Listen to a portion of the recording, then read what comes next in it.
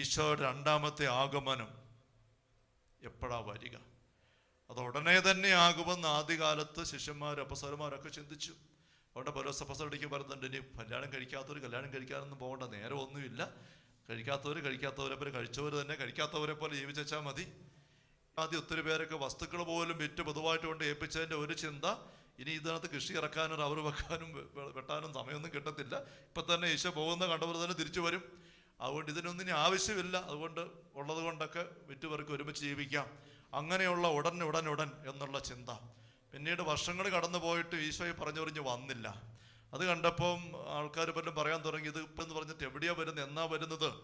പത്രോസ് അപ്പോസ്തലനിടയ്ക്ക് വിശദീകരണം കൊടുക്കുന്നുണ്ട്. ദൈവത്തിൻ്റെ പക്കൽ ഒരു ദിവസം 1000 വർഷം പോലെ, 1000 വർഷം ഒരു ദിവസം പോലെയും എന്നൊരു വ്യാഖ്യാനം അപ്പോസ്തലൻ തന്നെ വിശദീകരിച്ചിട്ട് വിസ്താരം വരെ വെച്ച് കൊടുക്കുന്നുണ്ട്.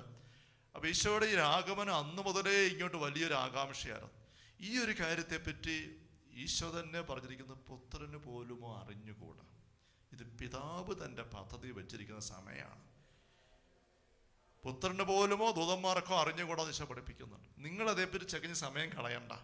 എങ്കിലും സഭയുടെ ആദ്യകാലം മുതൽ ബൈബിളിൽ കാണുന്നതിന് അപ്പുറത്തോട്ട് വരുമ്പോഴും വീണ്ടും ഓരോരോ അവസരം വന്നപ്പോഴും ജനങ്ങൾ ചിന്തിച്ചിട്ടുണ്ട്, ഇപ്പം സംഭവിക്കും. 1000 വർഷം പൂർത്തിയാകുന്ന അവസരം വന്നപ്പം ലോകമെമ്പാടും ഒരു ചിന്തയായിരുന്നു, 1000 വർഷം ആകുമ്പം ലോകം അവസാനിക്കും. 2000 ആണ്ട് വന്നപ്പോഴും ഇതുപോലെ തന്നെയായിരുന്നു, ലോകം ഇപ്പം അവസാനിക്കും. അത് കഴിഞ്ഞ് വീണ്ടും ഒരുപാട് അവസരങ്ങളിൽ അനേകർ പ്രവചിക്കുകയും പെട്ടകം ഉണ്ടാക്കി അതിനകത്ത് കയറിയിരിക്കുകയും ചെയ്യുന്നവരൊക്കെയുണ്ട്. ഇപ്പം അവസാനിക്കാൻ പോവുകയാണ്, ഇപ്പം അവസാനിക്കും. ലോകാവസാനത്തിൻ്റെ അടയാളങ്ങൾ ഇപ്പം തന്നെ കാണപ്പെട്ടു തുടങ്ങിയിരിക്കും. നമ്മൾ ചിന്തിക്കുകയാണ്. ആ ചിന്ത എപ്പോഴും നല്ലതാണ്. പക്ഷേ യഥാർത്ഥത്തിൽ നമ്മൾ ബൈബിളിലേക്ക് മൊത്തത്തിൽ നോക്കുമ്പോൾ, സ്നേഹമുള്ളവരെ, നമ്മൾ ഈശോയുടെ രണ്ടാമത്തെ ആഗമനം ഒരു ലോകാവസാനമായിട്ട് എപ്പോഴാണ് വരിക എന്നുള്ളത് അത് നിങ്ങൾ അറിയേണ്ട വിഷയമല്ല എന്ന് ഈശോ പറഞ്ഞിരിക്കുന്നതാണ് നമുക്കുള്ള ഉത്തരം. നമുക്കൊരു വലിയ ആകാംക്ഷ അവിടെയുണ്ട്. അതിൻ്റെ പുറകെ സമയം കളയാതിരിക്കുക. എല്ലാ കാലഘട്ടങ്ങളിൽ ഈ ചിന്തയുണ്ടെന്നുള്ളത് നമുക്ക് ബൈബിളിലേക്ക് നോക്കുമ്പോൾ, ചരിത്രത്തിൽ നോക്കുമ്പോൾ മനസ്സിലാക്കാൻ പറ്റും. ആ ചിന്തയുടെ പുറകെ ഒരു പരിധിക്കപ്പുറം പോകണ്ട. മറിച്ച് എന്താ ചെയ്യേണ്ടത്? പരിശുദ്ധാത്മാവ് വന്നു കഴിഞ്ഞ് നിങ്ങളത് അറിയേണ്ട കാര്യമല്ല ഈശോ പറഞ്ഞിവിടെ. പിന്നെ നിങ്ങൾ എന്താ ചെയ്യേണ്ടത്? നിങ്ങൾ അറിയേണ്ട കാര്യമല്ല. 8-ാം വാക്യം, പരിശുദ്ധാത്മാവ് നിങ്ങളുടെ മേൽ വരട്ടെ, ശക്തി നിറയട്ടെ, ദൈവരാജ്യത്തിൻ്റെ ശുശ്രൂഷ ചെയ്യുക. അത് മതി. അതിലാണ് നമ്മൾ ഏർപ്പെടേണ്ടത്. രണ്ടാമത്തെ ആഗമനമെന്ന് പറയുന്നത് നമ്മുടെ ജീവിതത്തിൽ ഉറപ്പായിട്ട് സംഭവിക്കാൻ പോകുന്ന നമ്മുടെ മരണത്തിലാണ്. ഓരോ വ്യക്തിയുടെ മരണ അവസരത്തിലാണ് ഈശോയുടെ മുമ്പിലേക്ക് നമ്മൾ ചെല്ലുന്നു. രണ്ടാമത്തെ ആഗമനം ഈശോയെ നമ്മൾ കണ്ടുമുട്ടുന്ന അവസരം.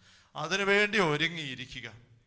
അതിനു മുമ്പുള്ള സമയം പരമാവധി ദൈവരാജ്യത്തിൽ നമ്മളായിരിക്കുക, മറ്റുള്ളവരെ ശേഖരിക്കുക. നമ്മുടെ വീട്ടിലുള്ളവരെയും നാട്ടിലുള്ളവരെയും ഒക്കെ ശേഖരിക്കുക. അങ്ങനെ ഈശോയുടെ കൂടെ ആയിരിക്കുക. ഇതാണ് ഏറ്റവും നല്ല ഒരുക്കം. അതിനിടയിൽ ഇനി രണ്ടാമത്തെ ആഗമനം നേരെ ഇങ്ങനെ സൂര്യനൊക്കെ ഇരുട്ട് ഈശോ വന്നാലും ഒരു കുറവ് നമുക്കില്ല. നമ്മൾ റെഡിയാണ്. അതിൻ്റെ പുറകെ ഒരുപാട് വായിച്ചും എഴുതിയും ചിന്തിച്ചും പറഞ്ഞും പോകണ്ട. ബൈബിളിലേക്ക് മൊത്തം നോക്കിക്കേ. ഇതാദ്യം മുതലുള്ള മനുഷ്യൻ്റെ ജിജ്ഞാസയുടെ ഒരു വിഷയം കൂടി ആയിരുന്നു. ഈശ്വര മറുപടി മനോഭാവം വ്യക്തമാണ്. അത് നിങ്ങൾ അറിയേണ്ട. പിതാവ് നിശ്ചയിച്ചിരിക്കുന്ന സമയമുണ്ട്. ആ സമയമാകുമ്പോൾ സംഭവിക്കും.